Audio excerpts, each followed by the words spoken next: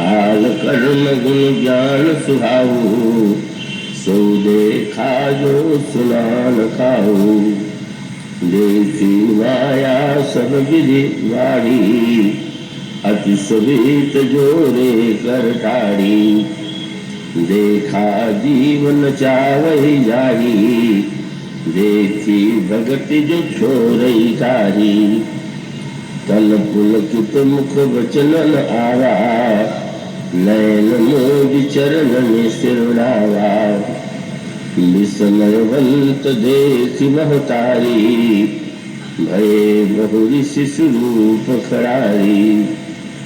स्तुति करि न जाई भय माना, जगत पिता में सुत करि जाना। हरि जननी बहु विधि समझाई, यह जन कथहु कहसि सुनाई।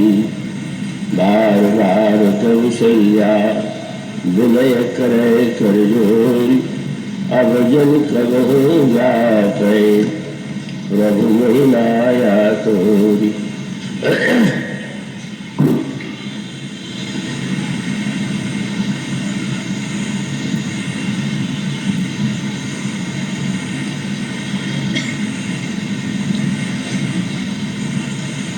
भगवत कथा रसिक महानुभाव भक्तिमती देवियों, श्री अवध में साक्षात परब्रह्म परमात्मा श्री राम के रूप में अवतरित होते हैं और अपनी बाल लीलाओं के द्वारा अयोध्यावासियों के हृदय को आनंद और रस से ओतप्रोत कर देते हैं। कौशल्या अम्बा तो अपने इस नन्हे शिशु को देखती ही भाव विभोर हो जाती है। दिनों रात्रि का भी उन्हें भान नहीं रह जाता है और इस तरह आनंदमय दिन व्यतीत हो रहे थे। तभी प्रभु ने एक अनोखी लीला माँ के सामने प्रकट की। माँ ने बालक को पालने में सुला दिया और पूजा के लिए वे पूजा गृह में गई और वहाँ अपने आराध्य कुलदेव श्री रंग भगवान के समक्ष नैवेद्य अर्पित करते। नैवेद्य अर्पित करने के बाद जैसे कि एक परंपरा है, एक पर्दा सा आप पूजन में भोग के समय डालते हैं। माँ ने भी वैसा ही किया, पर कुछ देर के बाद माँ ने जब पर्दा हटाया तो वे चकित हो गई। जिस बालक को मैंने पालने में सुलाया वह यहाँ तक कैसे आ गया और कैसे वो नैवेद्य स्वयं स्वीकार कर रहा है। माँ चकित होती हैं और जहाँ पर श्री राम को सुलाया था वहाँ ले जाती है, पर वहाँ तो बालक क्यों का त्यों सोया हुआ दिखाई पड़ा। यहाँ आती है तो वही श्री राम उस अर्पित किए हुए नैवेद्य को स्वीकार कर रहे हैं। माँ बार बार इधर और उधर जाती है और इस दृश्य को देख करके उनको यह लगा कि कहीं मुझे मतिभ्रम तो नहीं हो गया।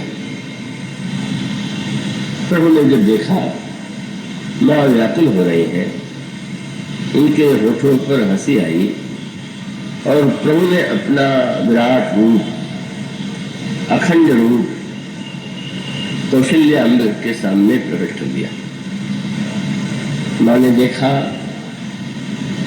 जिसे वे अपना बालक समझे बैठी थी, उस विराट ब्रह्म के रोम रोम में अनगिनत ब्रह्मांड है, शिव ब्रह्मा और विष्णु है, सूर्य और चंद्रमा है, ग्रह नक्षत्र है और साथ साथ उन्होंने दृश्य देखा कि एक और माया खड़ी है, पर माया कुछ डरी हुई सी, और दूसरी ओर भक्ति देवी खड़ी हैं जो जीव को बंधन से मुक्त करने वाली हैं। इस अद्भुत दृश्य को देख करके माँ प्रणाम करती हैं और श्री राम की स्तुति करती हैं, और वे उनके मुख से क्षमा याचना का स्वर गूंजता है। मैंने जगत पिता को अपना पुत्र समझ लिया। इस रूप में भगवान श्री राम ने माँ को जिस विराट रूप का दर्शन कराया, उसका उद्देश्य क्या था,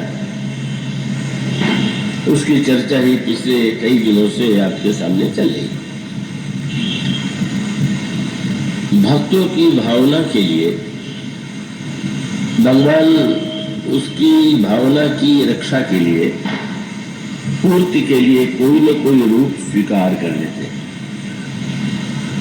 स्वयं भगवान का अपना कोई रूप नहीं है, वे तो निर्गुण निराकार सर्वव्यापक ब्रह्म है। पर जब भक्त उन्हें देखना चाहता है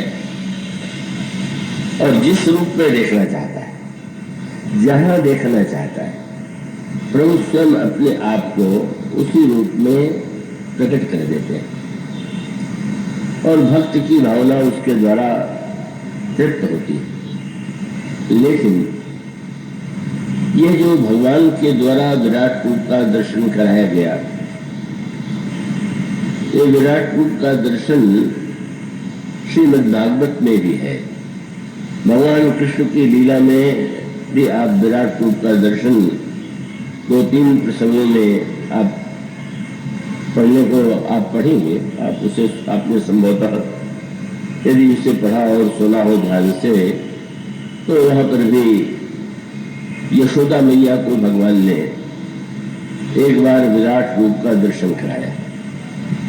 फिर दुर्योधन की सभा में उन्होंने विराट रूप का दर्शन कराया। फिर युद्ध क्षेत्र में अर्जुन को उन्होंने विराट रूप का दर्शन कराया, और अंत में जब युद्ध समाप्त हो गया और भगवान कृष्ण लौट रहे थे, तो आश्रम मार्ग में एक आश्रम पड़ा और उसमें एक मुनि थे। मुनि को यह निश्चित विश्वास था कि जो युद्ध होने वाला था, जिसमें इतने योद्धाओं का संहार होने वाला था, जब स्वयं श्री कृष्ण वहां गए तो उन्होंने युद्ध को रोक दिया होगा।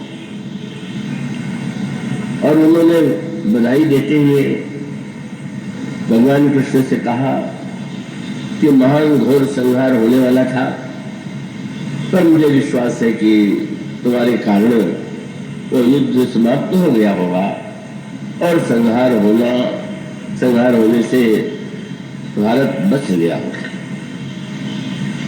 पर भगवान कृष्ण ने जब यह कहा कि नहीं, वो युद्ध तो नहीं होता, और उसमें सारी सेना कौरव और पांडवों की मारी गई और गिने चुने व्यक्ति ही बचे, तो मुनि को क्रोध आया और उन्होंने कहा कि तुम समर्थ हो, और समर्थ होने के नाते तुम चाहते तो युद्ध न होता, तुमने युद्ध होने दिया, तो मैं समझता हूं कि यह तो तुम्हारे द्वारा बड़ा अनर्थ हुआ। और उन्होंने ये भी सोचा कि मैं श्री कृष्ण को शाप दूं। तो महाभारत में वर्णन आता है कि भगवान ने उनके सामने भी अपने विराट रूप का दर्शन दिया और उसको देख करके वे शांत हो गए। इस तरह से श्रीमद् भागवत के प्रसंगों में भी भगवान कृष्ण के द्वारा विराट रूप के दर्शन का प्रसंग आता है। और श्री रामचरितमानस में भी लीला के प्रसंग में कौशल्या अम्बा को और कालभूषण को भगवान ने अपने विराट रूप का दर्शन कराया। फिर भगवान राम ने विराट रूप का दर्शन तो नहीं कराया, लेकिन लंका कांड में यह पढ़ने को मिलता है कि मंदोदरी ने रावण के सामने भगवान के विराट रूप का वर्णन किया। तो ये जो दोनों ही ग्रंथों में भगवान राम और भगवान कृष्ण की लीला में विराट रूप का दर्शन है, उसका तात्पर्य क्या है? हमारे यहाँ एक बड़े प्राचीन और प्रबुद्ध श्रोता श्री राधा वल्लभ जी हैं। उन्होंने मुझसे अभी थोड़ी देर पहले भी जब वहां आए थे तो मुझसे प्रश्न किया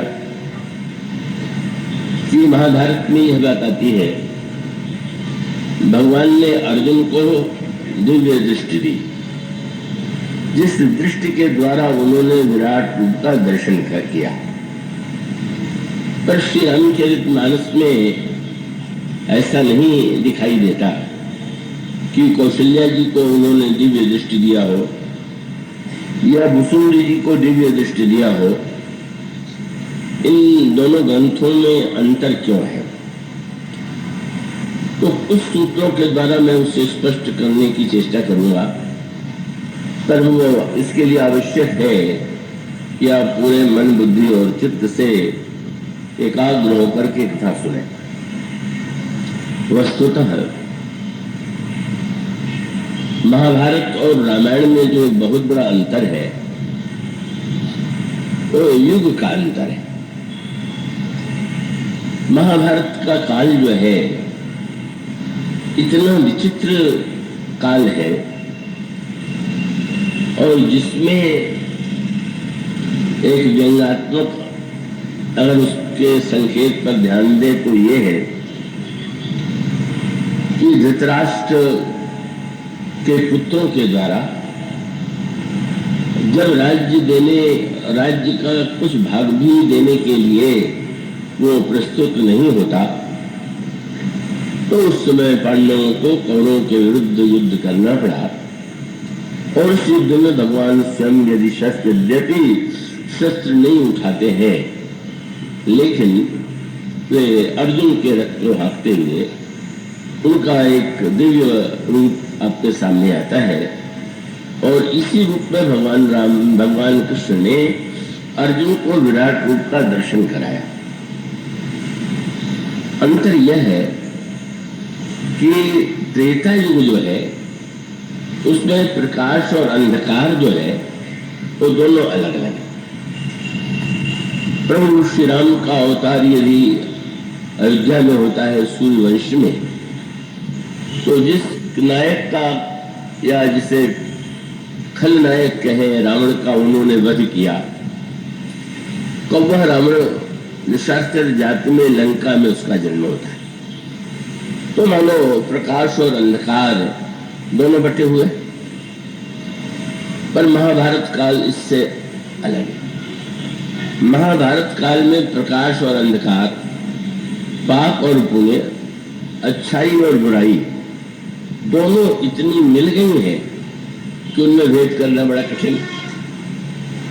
और इसे आप इस दृष्टि से आप ध्यान दें तो उसे समझ सकते हैं कि यहाँ भगवान जिस कंस का वध करते हैं वह कंस किसी दूसरे देश का नहीं था, दूसरे प्रांत का नहीं था, और यहाँ तक कि वो स्वयं भगवान ने जिन देवकी के गर्भ से जन्म लिया वे कंस की बहन।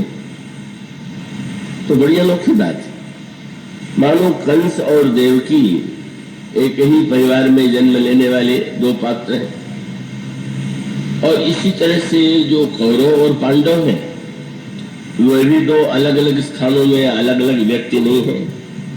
कौरव और पांडव भी परिवार के ही सदस्य हैं। तो अब सारा दृश्य यही है महाभारत काल का कि वो पाप और पुण्य सब मिलकर के एक हो रहा, बहुत घनिष्ठ से घनिष्ठ उसमें संबंध है। और इसलिए वो एक संकेत इस रूप में दिया गया। पर मैं कई बुद्धिमान बहुत अधिक श्रोता होते हैं जो मेरे कहे हुए का न जाने का अर्थ ले लेते हैं। इसको आप भगवान कृष्ण की निंदा मानने की बुद्धिमत्ता न करिएगा। भगवान कृष्ण भी भगवान है, श्री राम भी वही है, पर एक का जन्म होता है चैत्र मास की रामनवमी को मध्य दिन में, और भगवान कृष्ण अर्धरात्र में अवतार लेते हैं। तो वहां भी अंधकार और प्रकाश मिला हुआ है। चंद्रमा जब होता है, सूर्य जब होगा तो अंधकार नहीं होगा, अंधकार होगा तो सूर्य नहीं होगा। पर ये रात्रि का समय ऐसा है कि जिसमें अगर चंद्रमा उदित हो तो प्रकाश भी है और रात्रि में तो अंधकार होता ही। तो पूरा परिदृश्य जो है वो महाभारत काल का पाप और पुण्य से मिश्रित होकर के ऐसा जटिल हो गया है, और वो सारे प्रसंगों में ही आपको भिन्नता दिखाई देगी। तो यहाँ पर वर्णन आता है कि रुक्मिणी जी ने पत्र लिख करके भगवान कृष्ण से अपने प्रणय का निवेदन किया, और भगवान ने देख लिया क्योंकि रुक्मिणी का भाई जो था वो शिशुपाल से रुक्मिणी का विवाह करना चाहता था, और तब भगवान को स्वयं जो है रुक्मिणी देवी का हरण करना पड़ा। कैसा देंगे? रामायण काल में रावण हरण करता है सीता जी का, और महाभारत काल में भगवान को हरण करना पड़ता है अपनी ही शक्ति का। तो फिर वही बात है, रुक्मिणी अगर भगवान के चरणों में पूरी तरह से समर्पिता है तो भाई पूरी तरह से शिशुपाल जो वस्तुतः पूर्वजन्म में रावण था, कौन उसका प्रेमी। तो आप ये देखेंगे कि सारा युग ही ऐसा है और सारे पात्र इस तरह से मिले जुले हैं कि इसीलिए महाभारत काल में संहार ही संहार है। भगवान तो सबका संहार करने कराने में उनको कोई संकोच नहीं होता, और रामायण काल में संहार यदि है भी तो बाद में राम राज्य के निर्माण के रूप में उतरता है।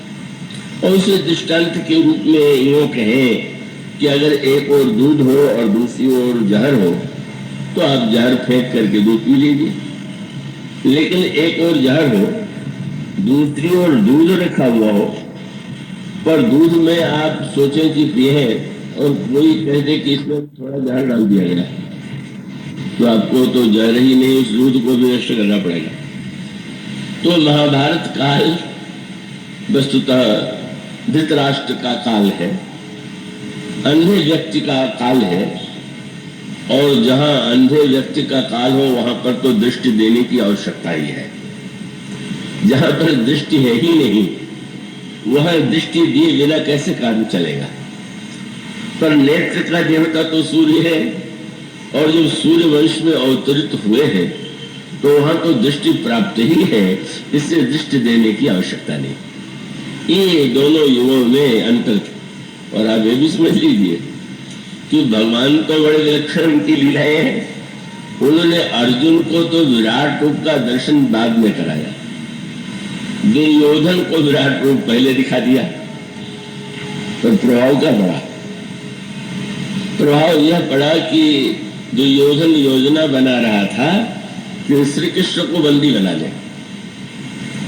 और जब वो अपने दुशासन भाई और कर्ण के साथ बंदी बनाने के लिए चला तो धृतराष्ट्र की सभा में भगवान संधि का प्रस्ताव लेकर के गए थे, युद्ध मत करो। लेकिन उसकी दुर्बुद्धि, उसने भगवान को बंदी बनाने की चेष्टा किया।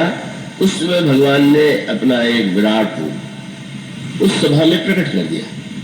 कांपने लगा दुर्योधन, पसीने में तरबतर हो गया, और भगवान वह रूप दिखाने के बाद तत्काल वहां से उठे और विदुर जी के घर में जाते हैं, और भक्तिवती विदुर पत्नी ने जैसा स्वागत किया उससे आप लोग परिचित। लेकिन विराट रूप का दर्शन करने के बाद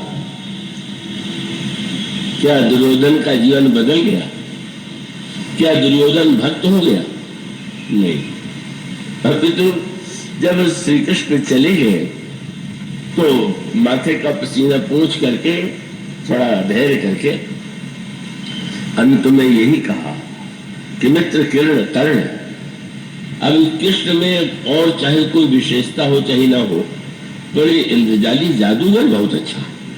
लीजिए क्या जादू दिखला दिया, मानो यही है। अंधे के बेटे ने भगवान के विराट रूप को भी जादूगर के रूप में देखा। जादूगर बड़े चमत्कार दिखा दिया करते, मानो भगवान ने इसीलिए जब अर्जुन को विराट रूप दिखलाने का निर्णय किया तो सोचने लगे दुर्योधन का ही तो भाई अर्जुन है, इसलिए पहले इसको दृष्टि तो दे देते, विराट रूप देख करके दुर्योधन के समान ही तो मुझे नहीं मान बैठेगा। तो वस्तुतः भगवान तो जब जिस युग में अवतार लेते हैं उस युग के व्यक्ति जैसे होते हैं, जैसी आवश्यकता होती है उस आवश्यकता के अनुरूप ही भगवान अपनी लीलाओं का विस्तार करते हैं। और इसीलिए आप देखते हैं कौरव और पांडवों में भी सबका विनाश हो गया। सारे कौरवों की 11 छोड़ी सेना मारी गई, केवल 3 व्यक्ति बचे, कृपाचार्य, कृतवर्मा और अश्वत्थामा। और पांडवों में सारी सेना मारी गई, केवल 5 पांडव सप्तकी ही वहां पर बचे हुए। भगवान कृष्ण का तो कहने क्या है। रामायण में इससे अलग, रामायण में जब युद्ध हुआ बंदरों का और राक्षसों का, तो युद्ध होगा तो दोनों ओर के व्यक्ति मारे जाएंगे। पर अंत में जब युद्ध समाप्त हुआ तो फिर ये गणित होता है किसकी कितनी सेना मारी गई, तो बड़ा विचित्र गणित निकला। इंद्र ने आकर के भगवान से कहा कि प्रभु आप मुझे कोई सेवा दें। प्रभु ने कहा कि ये बंदर मेरे लिए मारे गए हैं, तुम अमृत वर्षा करके इनको जीवित करो। मम हित लागी तजे इन प्राणा सकल जियाओ सुरेश सुजाना। उसने आकाश से विमान पर बैठ करके अमृत की वर्षा किया और उस युद्ध में जितने बंदर मारे गए थे फिर से जीवित हो गए। विचित्र लड़ाई थी, जिस लड़ाई में इतने व्यक्ति मरे पर अंत में गणित हुआ कि एक भी नहीं मरा। तो अच्छा लगा कि बंदर तो जीवित हो गए और राक्षस जीवित नहीं हुए, तो बुरे लोग जीवित नहीं हुए। पर जब शंकर जी ने पार्वती जी को यह सुनाया कि भगवान ने राक्षसों को अपना धाम दे दिया, तो पार्वती जी शौक में। विचित्र युद्ध था, जिस युद्ध में एक भी व्यक्ति न मारा जाए और मरने के बाद जीवित हो जाए, और जिस युद्ध में जिसे पापी कहते हैं वह भी भगवान उसे अपना धाम दे दे, क्या तात्पर्य। मानो सूत्र वही जो मैंने कहा था। द्वापर युग तो ऐसा विकृत युग हो गया था कि जब भगवान ने अर्जुन को विराट रूप दिखलाया तो अर्जुन उस रूप को देख करके कांप उठा। पर कांपने के बाद अर्जुन ने पहले तो कभी और रूप देखा नहीं था, तो भगवान से पूछ दिया कि महाराज आप है कौन। आप गीता को यदि पढ़ते होंगे, सुनते होंगे, अध्ययन करते होंगे, उसमें अपना परिचय भगवान ने किस रूप में दिया। बोले कालोस, मैं काल हूं। महाराज जी ये रूप आपने क्यों बनाया है। बोले कालोस में लोक क्षयकृत प्रवृद्धो, मैं सबको विनष्ट करने के लिए प्रकट हुआ। सुनने में बात अटपटी लगती है, लेकिन हमारे और आपके लिए विनाश और सृजन जैसा है वैसा भगवान के लिए नहीं। हम उसे अपनी दृष्टि से जब देखते हैं तो अलग बात लगती है। पर भगवान ने जब अर्जुन से ये कह दिया कि तुम चिंता क्यों करते हो, जिसका जन्म होता है उसकी मृत्यु होती है, जिसकी मृत्यु होती है उसका जन्म होता है, तो ये वाक्य भगवान के मुंह से ही शोभा देता है और भगवान ही इसे कर भी सकते हैं।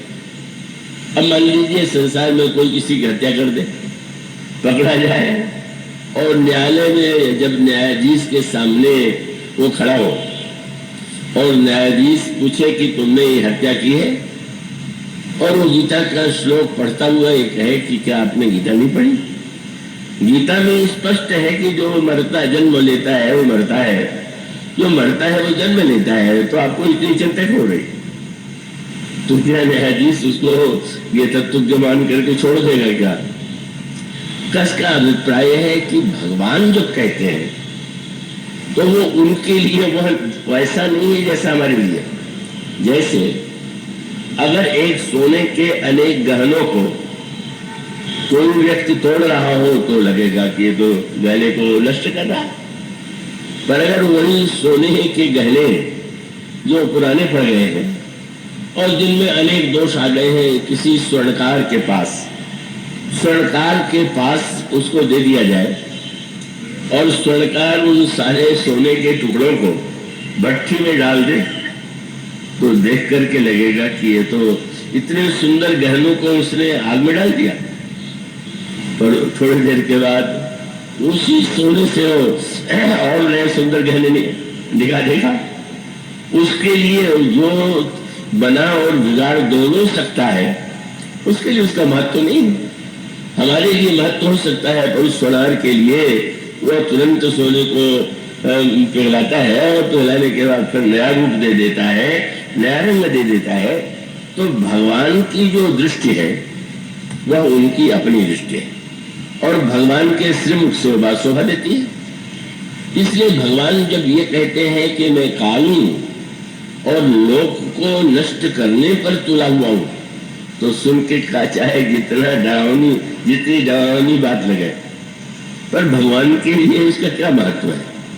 जब आप एक दार्शनिक सत्य ये पाते हैं कि उमा रावती भृगुटी विलासा हो विश्व पूरी पावई नासा, आंख उठा के देखा संसार बन गया, आंख मूंद लिया संसार विनष्ट हो गया। अब जिसके लिए केवल जैसे बच्चे खेल खेल में मिट्टी के घर बिगाड़ते हैं, वो ईश्वर के लिए तो सृष्टि उसी प्रकार की, किंतु उसका अर्थ वह लेना चाहिए जो भगवान उसके द्वारा उपदेश देना चाहते हैं। जैसे मैंने कहा कि एक हत्या करने वाला इसके द्वारा अगर अपने अपराध का समर्थन करे तो भगवान के जो संदेश को वो विकृत अर्थों में ले रहा है। तो भगवान ने सबको क्यों मिट जाने दिया? उनका जो भाई कौरव तो बुरे ही है, पर ये जो पांडवों की ओर से लड़ने आए हैं उसमें भी तो सब वैसे मिलते जुलते हैं। और उसका सबसे बड़ा देंगे क्या? आप उस युग की कल्पना कीजिए कि दुर्योधन के युद्ध में जो सेनापति थे, पहले सेनापति पितामह भीष्म बाल ब्रह्मचारी, जिन्होंने पिताजी के इच्छा के लिए विवाह नहीं किया। द्रोणाचार्य जो दूसरे सेनापति थे, समस्त धनुर्विद्या के महान पंडित, महान तपस्वी। तीसरा सेनापति कर्ण था, जो कर्ण स्वयं अनेक अनेक दानी था, सत्यवादी था, वीर था, धीर था। और चौथे सेनापति थे शल्य। नहीं है ये, अगर ऊपर से देखें तो सब एक से बढ़ के महान व्यक्ति हैं। विश्व कितने महान, द्रोणाचार्य कितने महान, कर्ण कितना योग्य, और अंत में शल्य। यद्यपि भगवान व्यास ने व्यंग यही किया, जब दुर्योधन ने शल्य को सेनापति बनाया तो किसी ने पूछा, महाराज इतने बड़े योद्धा मारे गए, फिर शल्य को सेनापति? तो व्यंग में उन्होंने कहा, आशा बलवती राजन शल्यो जसति पांडवान। यही दुर्भाग्य है कि मनुष्य जब आशा करता है तो दुर्योधन इस स्थिति में पहुंच गया है कि वो आशा करता है कि भीष्म द्रोण कर्ण भले ही न हरा पाए हो, पर शल्य हरा दे। पर यह शल्य मानो व्यंग है। और व्यंग ये है कि उस समय धर्म की कितनी विकृत व्याख्या समाज में प्रचलित थी। इस शल्य फिर वही पाप और पुण्य का संबंध, युधिष्ठिर धर्मराज है और शल्य उनके मामा और भांजे। और इससे भी बड़ा व्यंग यह है कि शल्य ने यह निर्णय किया कि मैं युद्ध में युधिष्ठिर का साथ दे करके उस अपने भांजे को जिताऊंगा। और जब सेना लेकर के चले तो बीच में लंबी यात्रा थी, देखा कि बहुत सा शिविर, बहुत सी रावटियां, बहुत से खेमे लगे हुए हैं। सेवक खड़े थे, प्रार्थना किया, विश्राम कर लीजिए, रात्रि को बाद में जाइएगा। रात्रि को भोजन किया, विश्राम किया बड़े आनंद से। पर उन्होंने उस समय नहीं पूछा कि ये प्रबंध किसने किया।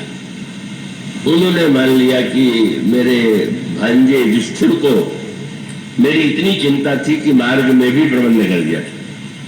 और प्रातः काल जब शल्य ने ये कहा कि मैं बड़ा आभारी हूं, मेरे भांजे का मेरे प्रति कितना स्नेह है, युधिष्ठिर ने मेरा क्या तेरा ध्यान रखा, तो शोकों ने कहा, महाराज भांजे ने ही आपका ध्यान रखा, पर आपका ध्यान आपके दुर्योधन नाम के भांजे ने रखा। ये प्रबंध दुर्योधन की ओर से हुआ है, लेकिन धर्म की व्याख्या कैसी उस युग की हो गई थी। अब शल्य चिंतित हो गए कि धर्मशास्त्र कहता है कि जिसका अन्न खाए उसकी ओर से ही व्यक्ति को सेवा करनी चाहिए, लड़ना पड़े तो लड़ना चाहिए। तो अब अगर मैं पांडवों की ओर से जा करके लड़ूंगा तो धर्म के विरुद्ध होगा, और अंत में उन्होंने यही निर्णय किया कि अब हम दुर्योधन की ओर से लड़ेंगे। कैसी विचित्र धर्म की व्याख्या थी। कितने दिन युधिष्ठिर के यहाँ खाया होगा, एक दिन भूल से खा लिया और व्याख्या यह हो गई कि अब मैंने खा लिया तो मैं दुर्योधन की ओर से लड़ूंगा। लड़े और मारे भी गए। व्यंग क्या है? मैं कभी कभी सोचता हूँ, प्रारंभ में मैंने प्रसंग पढ़ा तो मुझे बड़ी हंसी आई। ये अगर द्वापर युग का ही धर्म और उसकी व्याख्या रामायण काल में होती तो रावण की वाटिका का फल खाने के बाद शायद हनुमान जी भी यही सोचते कि अब रावण की ओर से लड़ रहे हैं, मैंने रावण के बाद का फल खा लिया है। पर अर्जुन उन्होंने तो ऐसा नहीं किया। फल भी खाया, बाग भी उजाड़ दिया, लंका भी जला दिया। मानो हनुमान जी के धर्म की व्याख्या और शल्य की धर्म की व्याख्या में कितना अंतर है। जब बुद्धिमान एक से एक होते, उनका बात यही है कि शल्य ने नमक खा लिया था और हनुमान जी ने तो फलाहार किया था। बड़ा सोचिए, आप अगर नमक ले ले तो ना आपके लिए उसका इसकी सेवा करना, धर्म में फल ले ले तो कोई बात नहीं। भले ऐसी मूर्खतापूर्ण धारणाएं किस तरह से कभी कभी लोग सोचते हैं। लेकिन सोचिए कि आज जिस बात पर आपको हमें हंसी आ रही है, उस युग में उस एक व्यक्ति ने तो उसको धर्म माना और उसको मान करके प्राण दे दिया। तो ऐसी विकृति के युग में भगवान कहते हैं कि भाई अरे तो सबको मिट्टी ही जाने दो, जब उसमें बचने योग्य कौन है। क्या भीष्म बाल ब्रह्मचारी है, पर बाल ब्रह्मचारी होते हुए भी द्रौपदी का चीरहरण उस दृश्य को देख करके भी अनदेखा करते हैं।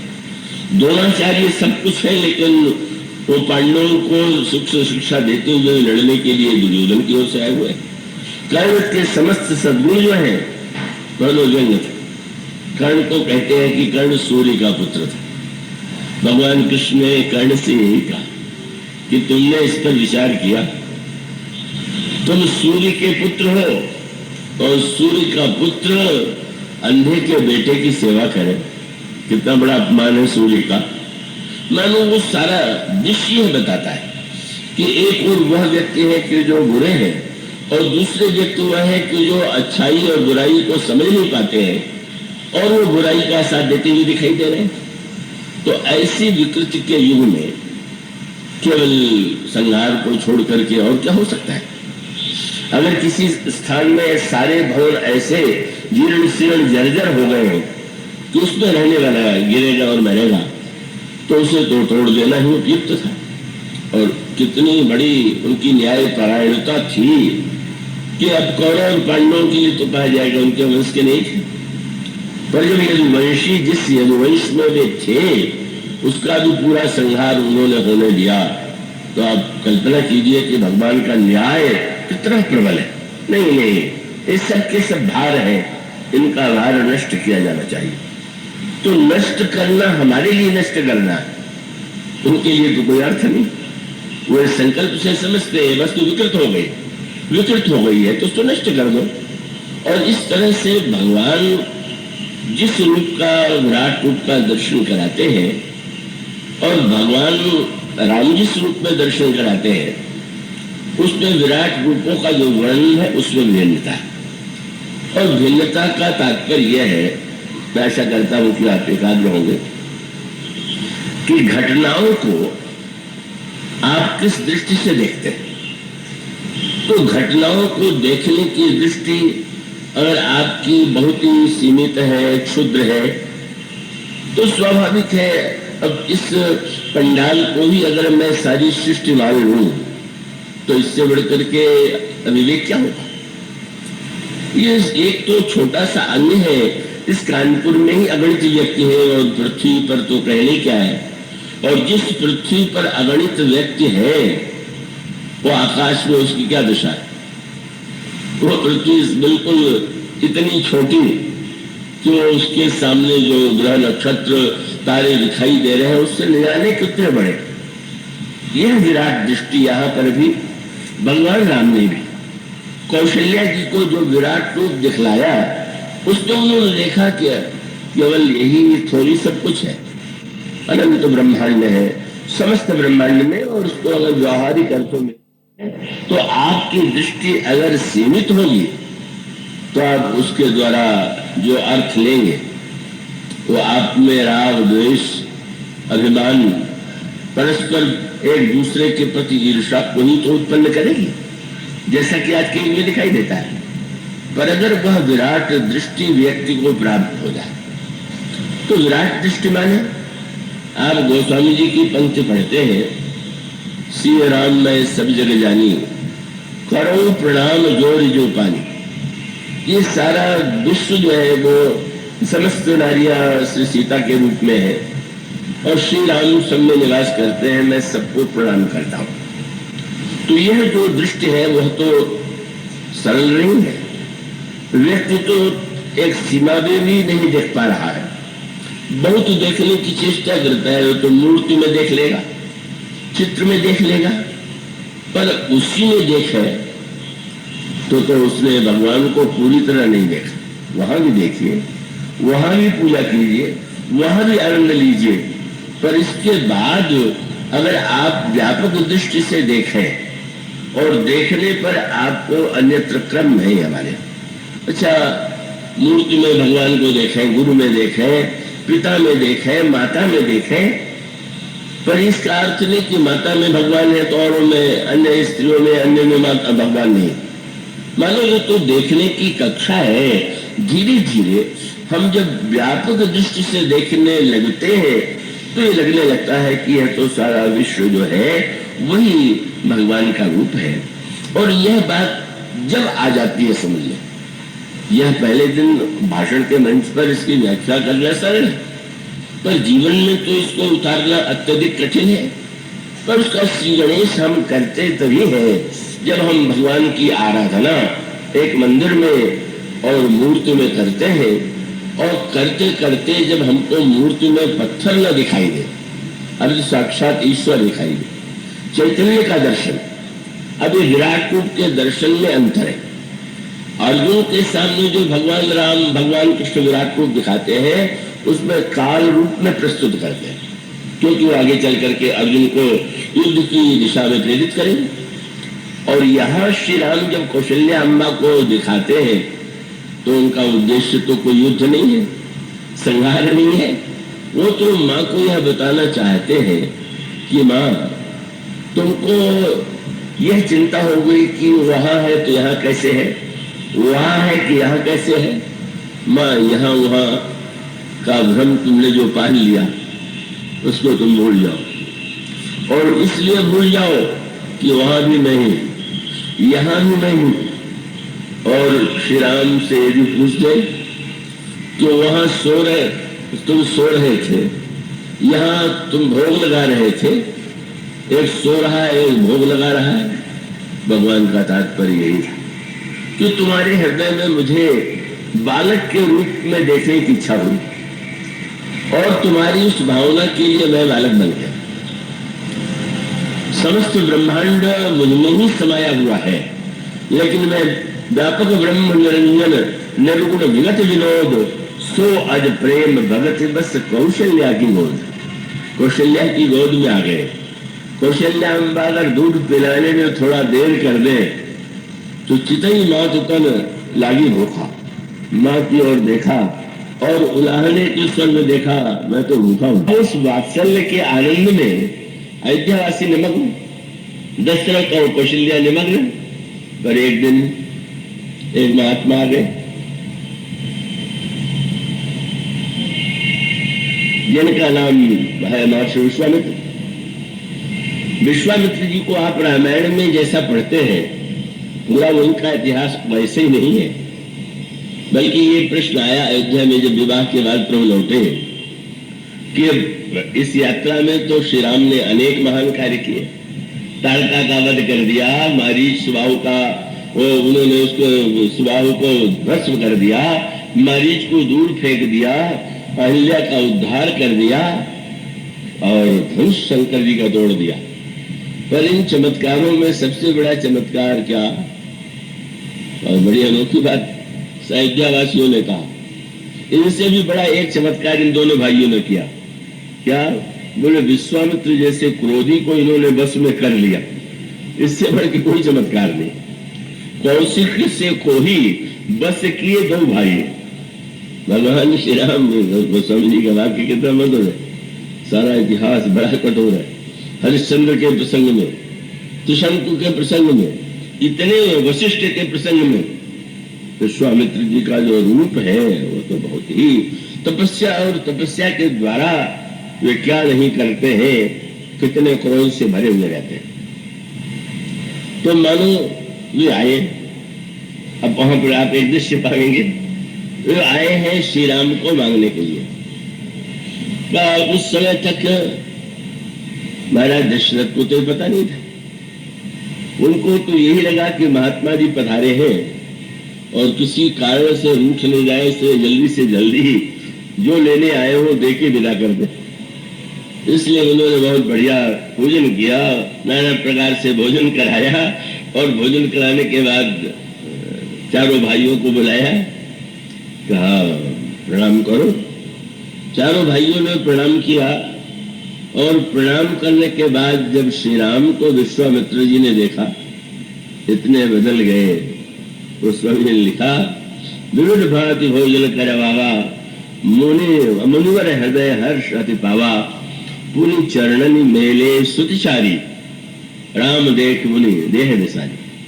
शरीर की सुदबुद जाती रही, श्री राम को देखने लगे और प्रसन्न हो गए दशरथ जी कि इस समय महाराज को क्रोध नहीं आ रहा है, प्रसन्न।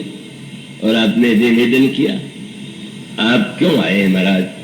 आपके कहने में देर है, करने में नहीं। यही कारण आगमन तुम्हारा, कहूं सो करत न लाऊ बारा। आपके कहने में देर है, मेरे करने में नहीं। विश्वामित्र मन ही मन हंसे, कल्पना नहीं है कि मैं क्या मांगने आया हूं, और बड़े उत्साह से कह रहे हैं जो मांगेंगे, कहने में देर है, देने में नहीं। पर भूमिका उन्होंने पहले बात कह दिया, मैं जो मांगने आया हूं जानते हो क्या है? क्या? असुर समूह सतावही मोही, राक्षस मुझे सता रहे हैं। तो आशा यही कि कहेंगे कि जाकर के और चल के राक्षसों को, लेकिन क्या मैं जांचन आयो नृपतो ही, मैं आपसे मांगने आया हूं, सेना नहीं, सेनापति नहीं, आपसे भी मैं नहीं कहूंगा। अनुज समेत देहु रघुनाथा, निश्चर वध में हो सरा। बस राम को उनके भाई के साथ मुझे दे दीजिए, बस मैं इतने से संतुष्ट हो जाऊंगा। सारा उत्साह समाप्त हो गया। ये कल्पना नहीं हो सकती थी। और बड़े रुआसे स्वर में उन्होंने कहा, सुन राजा अति अप्रिय वाणी, हृदय कंप मुखदुति कुमिलानी। कहने लगे, महाराज चौथे पुण्य पायो सतचारी, विप्र वचन नहीं कहो विचारी। शब्द ये नहीं कहा वृद्धावस्था में, गणितज्ञ बन गए। बोले चौथी अवस्था में मैंने 4 पुत्र पाए, 5 पाए होते तो मान लीजिए एक अधिक मान लेता। 4 ही अवस्था होती है और 4 ही पुत्र मिले, और आपने मांग लिया। और मांग लिया तो महाराज ये तो आपने लगता है मांगते समय शायद मेरे पुत्र राम को आपने नहीं देखा। क्यों? कहा निश्चर अति घोर कठोरा, कहा सुंदर सुत परम किशोरा। आप सोचिए, आप देखिए कितने सुकुमार हैं, और आप बिना संकोच के मांग रहे हैं कि पुत्रों को दे दीजिए। अंत में वशिष्ठ जी ने सहायता किया और उन्होंने कहा, राजन 2 ही तो मांगने आए हैं, 4 पुत्र नहीं मांग रहे। और ये जो 4 मिले हैं वो भी मुनि श्रृंगी की कृपा से मिले और यज्ञ से मिले हैं। तो जिस यज्ञ से, जिस मुनि की कृपा से तुमने 4 पाया, अब आधा तो देने में संकोच मत करो। तब कहीं जाकर के भ्रम दूर हुआ और देते हैं। लेकिन एक अनोखी बात हो गई, जब पिताजी ने विदा कर दिया इतने कठिनाई से, तो गोस्वामी जी ने कहा श्री राम गए भीतर कौशल्याम्बा के पास। अब पिता को जब इतना दुख हो रहा है तो माँ को कितना दुख होना चाहिए। माँ के लिए तो पुत्र के प्रति और भी ममता होती है। लेकिन गोस्वामी जी ने कहा कि प्रभु जाते हैं और कौशल्या जी के चरणों में प्रणाम करते, आशीर्वाद दे करके विदा कर देते। ये ऐसा कैसे हो गया? बोले विराट रूप दर्शन का चमत्कार था। भगवान बता रहे थे कि अब मुझे बालक ही मानती रहोगी, मेरी कोमलता और सुंदरता ही देखती रहोगी, तो तुम तो यही चाहोगी कि बस मेरा ये पुत्र जो है बस यही बना रहे। इसलिए मानो प्रभु ने विराट रूप के द्वारा यह बता दिया था कि मां, तुम्हारी भावना को पूर्ण करने में मुझे आनंद आ रहा है, लेकिन तुम्हारे लिए ही तो मैं अवतरित नहीं हुआ हूं। मेरा कार्य सारे विश्व और ब्रह्मांड से जुड़ा हुआ है, और इसलिए तुम यह समझ लो कि जिसको तुमने नन्हे पुत्र के रूप में देखा है वह तुम्हारे सुख के लिए नन्हा बना हुआ है, पर वह विराट, और विराट है तो सबके प्रति उसका कर्तव्य है। इसलिए वो समझे जननी भवन गए प्रभु चले नाई पदशीष, इतना एक वाक्य भी नहीं। गए कौशल्या जी के बाद प्रणाम करके चल पड़े, क्योंकि कौशल्या अम्बा को विराट रूप के द्वारा संकेत कर चुके थे। तुम न घबराना, पिताजी के भ्रम को दूर करने के लिए गुरुजी है बहुत, पर तुम्हारा भ्रम पहले से ही मैं मिटाए दे रहा हूं। तो विराट रूप दर्शन के पीछे जो तात्पर्य है, जब हमारी दृष्टि सीमित होती है तो हम घोर स्वार्थी हो जाते हैं। बहुत चिंता करें तो बस अपने मोहल्ले तक भी नहीं, परिवार और परिवार में भी केवल अपने पुत्र पत्नी की ही चिंता है। औरों के लिए हमारे लिए पास हमको लगता है कि हमारा संसार इतना ही बड़ा, पर अगर एक बार विराट को देख ले तो क्या लगने लगेगा? विराट को देखने पर लगेगा। गोस्वामी जी से किसी ने कहा भगवान तो दिखाई नहीं दे रहे हैं, हम भगवान की सत्ता पर कैसे विश्वास करें? गोस्वामी जी ने नहीं दिखाई दे रहे, भगवान तो सामने खड़े। कहाँ खड़े हैं महाराज? बोले नयन निरख कृपा समुद्र हरि अगजग रूप भूप सीतावर। ये जो तुम संसार देख रहे हो यही तो प्रभु का विराट रूप है। प्रभु नन्हे बालक भी है और उसके साथ साथ वो विराट रूप में भी है, और जिस समय हम विराट को देख लेते हैं और उस विराट को पहचान लेते हैं, हमारी स्वार्थ बुद्धि अपने आप कम हो जाती है। भगवान को हम केवल मंदिर में ही नहीं, भगवान को हम व्यक्तियों में भी देखेंगे, संसार के लोगों में भी देखेंगे। एक भक्त ने भगवान से बड़ी प्रार्थना किया, आप दर्शन दीजिए। भगवान ने कहा कल मैं तुम्हें दर्शन दूंगा।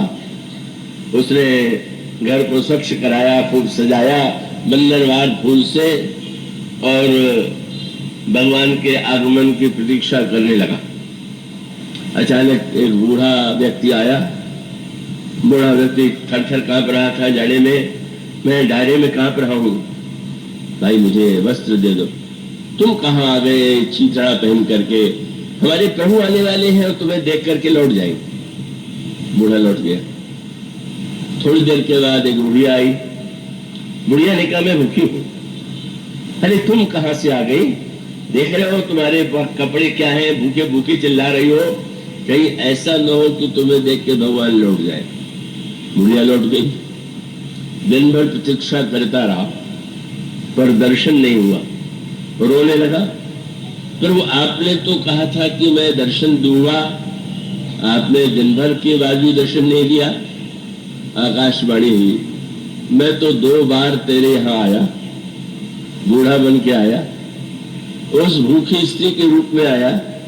तूने एक वस्त्र मुझे नहीं दिया, एक टुकड़ा भोजन नहीं दिया। क्या तू नहीं समझता तेरी भक्ति क्या यही है कि तू समझता है कि तेरा भगवान जो है वो केवल दिव्य वस्त्र ही धारण करता है? मानो यह वृत्ति उदित कैसे हो? अगर हमारी वृत्ति सीमित हो जाएगी तो हम मंदिर में भगवान को भले ही सजावे, पर बाहर के अभाव को, कष्ट को, पीड़ा को यह मान करके कि यह भी हमारे भगवान का ही रूप है और ये तो मानो हमारी परीक्षा है और प्रभु हमें अवसर दे रहे हैं। अगर यह वृत्ति व्यक्ति के मन में उदित हो जाए तो जो बात अंत में गोस्वामी जी जब वंदना करते करते इतना विस्तार करते हैं तो किसी ने कहा महाराज सबकी वंदना करते जाइएगा, तो उनका वाक्य यही तो है कि सिया राम मैं सब जगह जानी करो प्रणाम जोर जुग पानी। तो मानुष का अभिप्राय है कि मनुष्य की जो सीमित दृष्टि है वही उसे स्वार्थी बनाती, वही उसे ईर्ष्यालु बनाती, वही व्यक्ति के द्वारा भगवान को का जो अनेक अनेक रूप है, भगवान किन के रूपों में नहीं आते, मछली कछुआ शूकर सब उन्हीं के तो रूप है। मीन कमठ सूकर नरहरि बामन परशुराम बपुधरी। भगवान के इन अगणित रूपों का तात्पर्य है पशु के रूप में, मछली के रूप में, किस रूप में भगवान आते हैं और आकर के भगवान के तो उन रूपों में विविधता है। जब व्यक्ति को वह विराट दृष्टि मिल जाती है, जब वो भगवान को ऐसा देखता है तो परिणाम क्या होता है कि उसके जीवन में उसकी स्वार्थपरता कम होते होते प्रारंभ तो कीजिए, सब में नहीं देख पा रहे हैं तो मंदिर के बाहर भी तो कुछ देखिए, कुछ तो आप अन्यत्र भी भगवान के या भगवान के जीव और भगवान के दास समझ करके उनके लिए कुछ कीजिए। तो ऐसा यदि आप करते हैं तो आपकी दृष्टि ने विराट को देखा। अब विराट रूप को देखने के लिए तो दृष्टि रावण के पास नहीं थी, यद्यपि उसके पास 20 आंखें थी। अंगद जब रावण की सभा में गए, रावण की वो देख रहे थे। रावण ने कहा बंदर मेरे मुंह को बड़े ध्यान से क्यों देख रहा है? कहने लगे कि हनुमान ने जाके कहा था कि लंका में एक बड़ा अद्भुत व्यक्ति है। क्या है? बोले वहां एक 20 आंख वाला अंधा। बड़ा आश्चर्य हुआ, एक आंख किसी के पास न हो, जहां 20 होगी तो एक आंख तो ठीक होगी। लेकिन अब यहां जाने पर अनुभव ये हुआ कि 20 आंख वाले अंधे तुम नहीं हो। अन्य लोगों की दृष्टि जरा तीव्र, कान जो होते बड़े तेज होते, पर तुम तो अंधे भी हो और बहिरे भी हो। अन्य हो तो भगवान तुम्हें नहीं दिखाई देते, और बहिरे इसलिए हो कि इतने बड़े बड़े भक्तों ने आके संदेश दिया, उपदेश दिया, तुम्हें सुना ही नहीं पड़ा। तो अंधम बधिर न कहीं तास नैन कान तो 20। और जब विराट का उपदेश देती है तो विराट की एक व्याख्या वो भी थी। जब मंदोदरी ने कहा क्या समझते हैं आप, यह जो आकाश है वो भगवान का सिर है, पाताल भगवान का चरण है, ये सारा ब्रह्मांड भगवान का शरीर है। रावण सुनता रहा और फिर जो उसने मंदोदरी की कथा की व्याख्या किया, महापंडित था, उसने कहा तुम्हारा भाषण सुन के तुम जैसा विद्वान भी प्रारंभ में भ्रमित हो गया, क्योंकि तुम्हारा भाषण तो बड़ा गंभीर था। क्योंकि तुमने बार बार कहा कि राम की भक्ति करो, तो मुझे तो यही लगा कि तुम मेरे शत्रु राम की प्रशंसा कर रही हो। लेकिन अब मैं समझ गया, तो बत कही गूढ़ मृगलोचन और समुझत सुखद सुनत भव मोचन। अगर तुम्हारे उपदेश को कोई ध्यान से समझ ले तो उसको मुक्ति मिल जाएगी। अब इससे बड़ी प्रशंसा क्या हो सकती है? मंदोदरी को लगा चलो उपदेश का प्रभाव तो बढ़ा, पर जब व्याख्या सुनी तो सिर पीट लिया। क्या महाराज, तो आपने क्या निर्णय किया?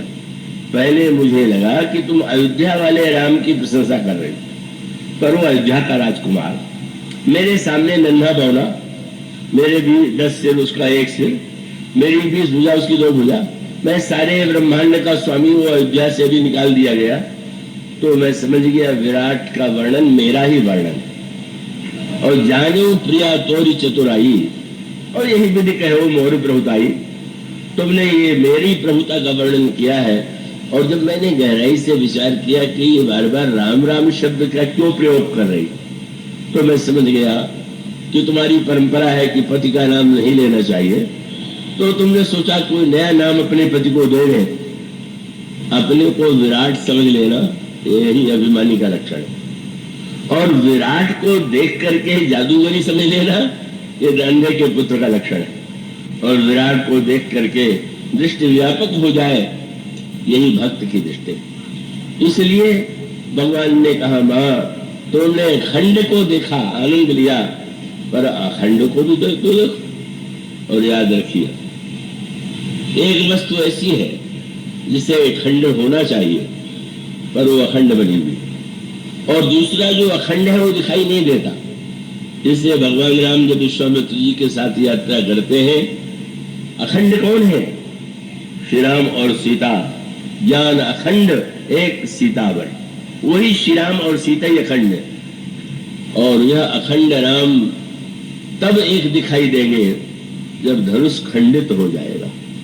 धनुष को खंडित होना चाहिए, और धनुष को खंडित होने के बाद जब हम इस दिव्य स्वरूप को देखेंगे तो हमारे जीवन की भ्रांतियां मिटेंगी और भगवान के प्रति सच्चे अर्थों में भक्त होंगे। आज इतना ही, इसके बाद की चर्चा। बोलिए श्याम।